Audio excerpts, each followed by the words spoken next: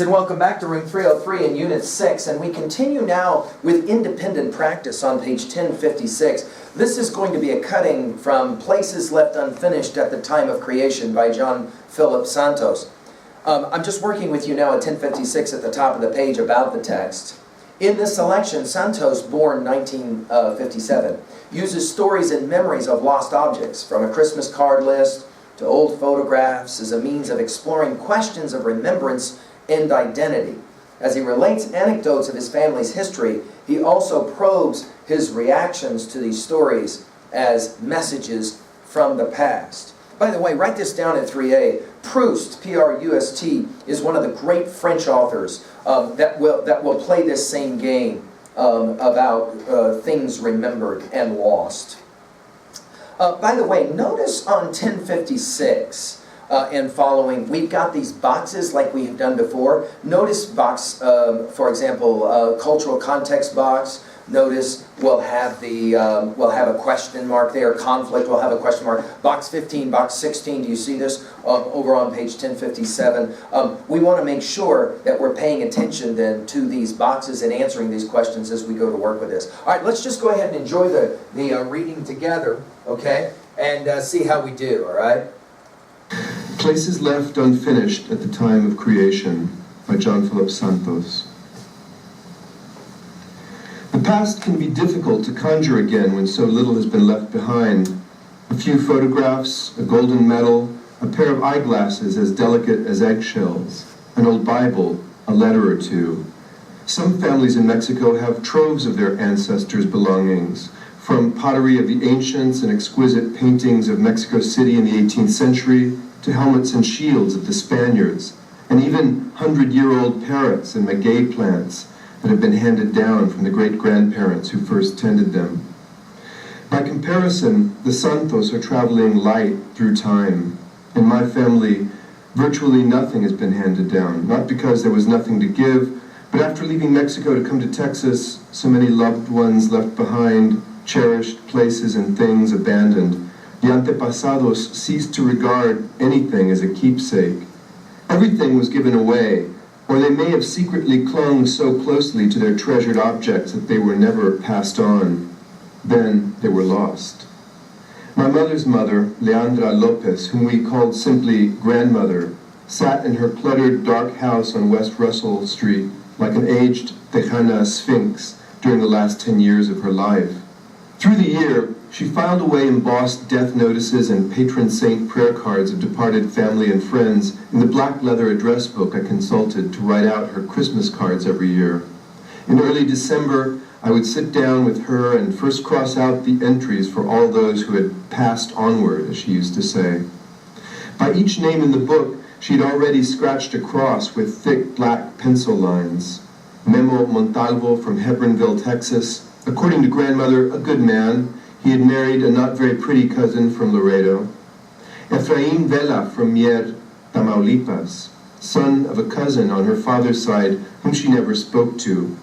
Supposedly, he was the keeper of the family coat of arms, awarded to the family by the Viceroy of Nueva España himself. What would happen to it now? Socorro Mendiola from Alice, Texas. She and grandmother had taught school together in a one-room schoolhouse in Catula in 1910. Then, Socorro became a Franciscan nun, breaking the heart of grandmother's cousin, Emeterio Vela, whom, she noted with a sigh, had died just last year. And every year, by the degrees of each ended life, as the world grew older, our dressing marathons grew shorter, though grandmother would change the subject if I pointed out this moral ratio.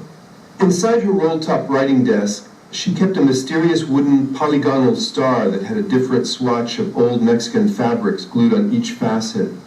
The multicolored curiosity smelled like Mexico, all cumin, wild honey, and smoky rose, and when you shook it, a small solitary object rattled inside.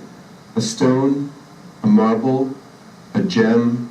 To me, it seemed like some magician's puzzle, and locked inside were all the secrets of old Mexico.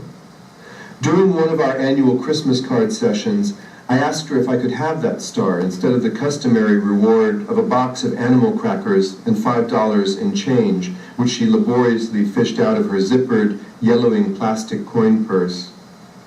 Grandmother was almost completely blind by then, so I put her hand to the last of the Hallmark Christmas cards in the place for her to sign her name. She slowly scratched out Leandra Vela Lopez and told me, no, I could not have the star. I never saw it again. My uncle, Lico Lopez, her son, ferreted out the past as a passionate genealogist who used research, fantasy, and spells of breathless diabetic madness to craft his ancestral charts of the Lopez and Vela families. Some are elaborate discs in which each outward concentric ring represents a new generation. In these, as you delve closer to the center, you also go deeper into the past. In others, quickly dashed off as notes to himself, ragged trees and jagged lines are drawn between names like Evaristo, Viviano, Blas, and Hermenegilda. In one, going back to 1763, the capstone slot contains the cryptic entry, King of Spain, from whom presumably he believed we were descended. Subtle faculties and proclivities were passed speechlessly through the flesh of successive generations. The ghosts of Spanish royalty mingled with Indios, Negros, and people from every part of the world in Uncle Lico's secret genealogy of Mexico. 1058. Yet, despite the uninterest and ridicule of many, he managed to recover numerous family names and stories. Lico knew I had some of the same magnetic attraction to the past that fueled his manic genealogies, as if the molecules of our bodies were polarized in a way that drew us both back in time, back inexorably toward the ancestors. Before he died suddenly in San Antonio of a heart attack, he sent me all of the notes and charts accumulated in his 40 years of digging in the family root cellars. He also gave me a receipt dated May 25th, 1928, laminated and mounted on wood from my grandfather's grocery store, Leonidas Lopez Groceries, in Cotulla, Texas. In my grandfather's filigreed wrought iron pencil script, it details a sale on that day of harina, flour, azúcar, sugar, fideos, vermicelli, manteca, lard, papas, potatoes, and other assorted dry goods for a total of $5.05. A relic like this is the exception, though. A trunk full of the Santos family photographs disappeared when Madrina moved out of the old house on Cincinnati Street. She swears she remembers seeing it fall off the truck near the corner of Zarzamora Street, where La Poblanita Bakery was located. It was a pine box the size of a shipping trunk, stuffed with heirloom photographs. She can't remember why she said nothing at the time. It fell off a truck onto the dusty streets of old San Antonio de Bejar one day and was left behind, abandoned, lost. In one photo that survived, it is 1960, and the whole Santos tribe is standing on the porch of my grandmother's house in early evening shadows. It must have been Easter because my many cousins and I are in church clothes, standing in the yard around the trunk of a great sycamore tree. My aunts and uncles are there, partly old Mexican, partly new American, looking handsome, hopeful, proud of the brood standing in front of them. In the very middle of the scene, Las Ancianas, Grandmother Santos, whom we called Huela, short for Abuela, and Madrina, her sister, are standing regally in a perfect moment, radiating the indelible light of Mexico. On the porch, Mother and an aunt have my newborn twin brothers, George and Charles, wrapped in blankets in their arms. My father looks serious, with a distant gaze, in a dark suit and silky tie. To one side, standing apart from us, is one of my eldest cousins, René, who would be killed in Vietnam just 7 years later. These are the memento mori of the Santos. There are a few photographs, rosary chains of half-remembered stories, carried out of another time by the old Mexicans I grew up with. In dreams, the ancestors who have passed on visit with me in this world, and in a world that lies perhaps within, amidst, and still beyond this world, a mystical limbo dimension that the descendants of the Aztecs call el inframundo. In the inframundo, all that has been forgotten still lives. Nothing is lost. All remembrance is redeemed from oblivion. 1059. These ancestors, living and dead, have asked me the questions they were once asked. Where did our forebears come from, and what have we amounted to in this world? Where have we come to in the span of all time, and where are we headed like an arrow shot long ago into infinite empty space? What messages and markings of the ancient past do we carry in these handed-down bodies we live in today? With these questions swirling inside me, I have rediscovered some stories of the family past in the landscapes of Texas and Mexico, in the timeless language of stone, river, wind, and trees. Tío Abraham, twin brother to my great-grandfather Jacobo, was a master of making charcoal. He lived in the hill country where the cedars needed to make charcoal were planted a century ago to supply the industry. Today, long after he worked there, walking in that central Texas landscape crowded with deep green cedar, I feel old Abraham's presence, like the whisper of a tale still waiting to be told, wondering whether my intuition and the family's history are implicitly intertwined. Even if everything else had been lost, photographs, stories, rumors, and suspicions, if nothing at all from the past remained for us, the land remains as the original book of the family. It was always meant to be handed down. Once they arrived in Texas during the Revolution, maybe the Santos and Garcia families simply wanted to forget their past in Mexico, the dusty streets, broken down houses, and hunger. They wanted to burn away the memory of when the families came north across the Rio Grande. Northern Mexico became one of the most violent and chaotic battlefields of La Revolución of 1910, a revolution that was to last 11 years. But for the first years, the revolution was only distant thunder, more of a concern to Mexicans well to the south of Coahuila in states such as Guerrero, Puebla, and Mexico City.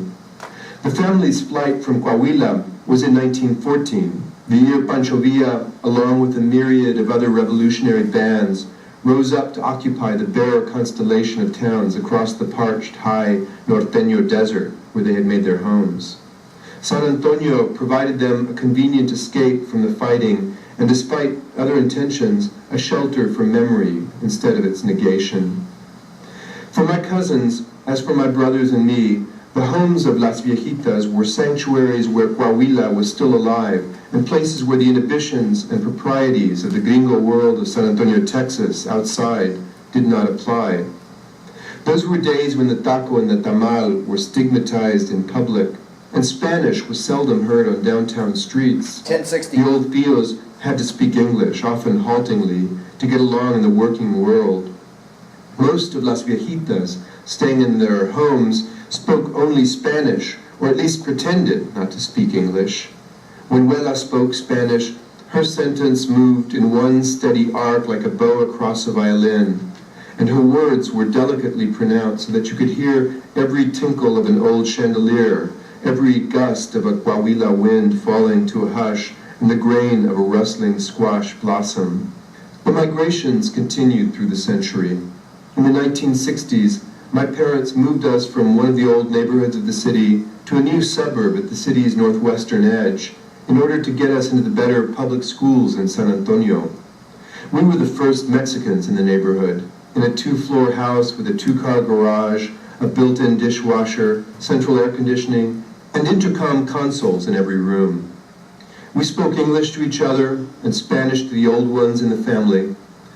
When the mariachis played in our backyard, the rapid plucking of the bajo sexto and the shimmering trumpet lines echoed off the neighbors' houses and drew them out to listen.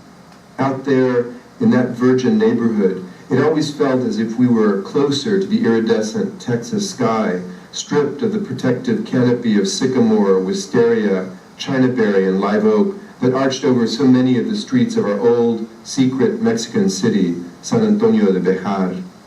That old San Antonio was part of the hoary earth of the ancestors. Out there in the suburb, at the edge of the city, following the early Gemini and Apollo space missions, I read books about space and prepared for the day in the future which would undoubtedly come, when I would leave this planet in a rocket of my own. Today, in New York City, I live in a world Las Viejitas never visited, very far from the land they knew well.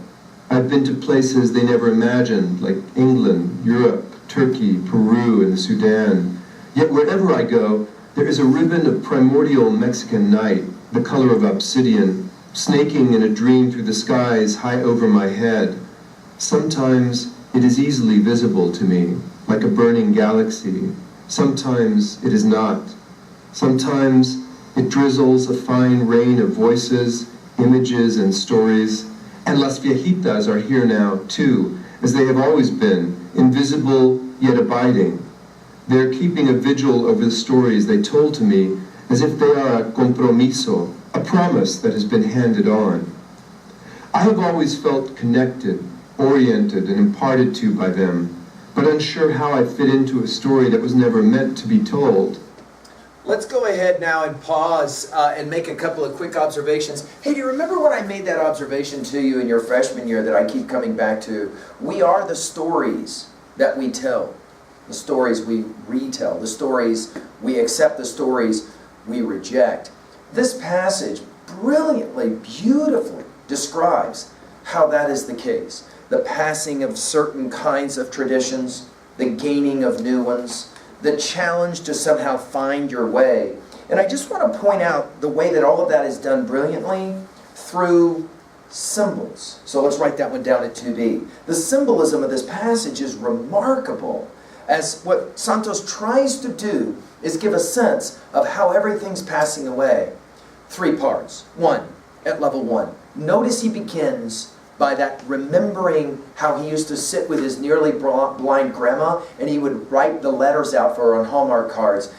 And he wanted to have that star, because somehow that star, I'm with you on 1057, somehow that star represented something. It maybe represented old Mexico, the past. Notice the irony that in his grandma's book, there's fewer and fewer people who are alive, right? They begin to pass away. That is to say, the traditions, the old, beginning to pass away. He then will move on to the next powerful symbol on page 1058, right? That is to say, the trunk of photographs that somehow falls off the back of a truck and is lost forever. Think about all of the images from your own family history that you'll never see and never know. At 3A, jot this down. When you're seniors, you're going to study with me T.S. Eliot's classic poem, The Hollow Men. And I'll make this point. You know virtually nothing about your great-great-grandma. You had one. You wouldn't be sitting here if you didn't have a great-great-grandma. And yet for most of you, you have no idea who that person was at all. And yet we can ask questions that maybe are rhetorical in nature. Do you think she was maybe as tough or tougher than the people who live today? Your great-great-grandma. See, we have this sense that those old-timers were maybe different kinds of people. He's trying to capture some of this again. And of course, the stories that he mentions on 1058 and the questions on 1059. See, that's what makes great stories great stories. Think about this. We've played this game all through our freshman and now into our sophomore year, right? Questions are always the product of great stories. Look at some of the questions that he asks on 1059. Where did our forebears come from? And what have we amounted to in this world? It's funny how many of my sophomores, it never occurs to them, you have a last name. You have a last name. That last name represents a family. That last name represents thousands of people who lived and died. And yet for most of my sophomores, they don't have a single idea about their family name and where their ancestors came from and who they were and what they cared about. Notice the questions. Where did our forebears come from? And what have we amounted to in this world? Where have we come to in the span of all time? And where are we headed?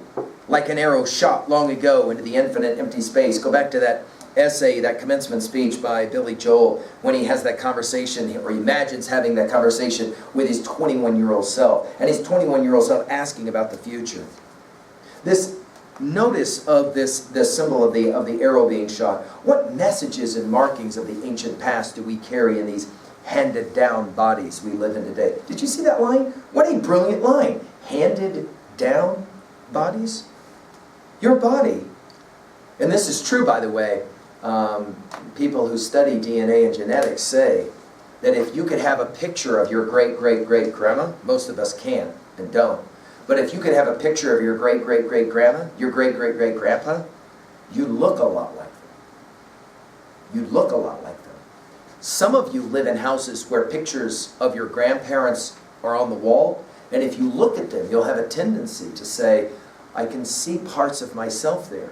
But notice this point here is that more than your physiology, more than your body, you carry inside of you those stories, those traditions, those decisions. Isn't that fascinating? If it wasn't for a decision, for example, to move north to San Antonio, for example, to get an education, he probably doesn't end up in New York City doing the work all over the world that he does. And he recognizes that. He came from one thing to something else, the trajectory, right? Of course, we also have San Antonio itself as a symbol, the land as a symbol on page 1059. And then, of course, the dealing with the prejudice during this time when he was a kid. It was embarrassing to even use terms like taco and tamale in popular culture. And you had to kind of hide all of that. And your education was your ticket to ride, but your education was also the way that you began to lose the traditions that are your traditions. Notice reading of books. We've seen so many titles that talk about the significance of the reading of books as the way to finally see the whole world. But notice at the very end, still he imagines that the old ones are keeping a vigil over the stories they told to me. Right? As if somehow is a promise of things to come, which is really fascinating. Let's go ahead and jump to 3B really quickly. What from your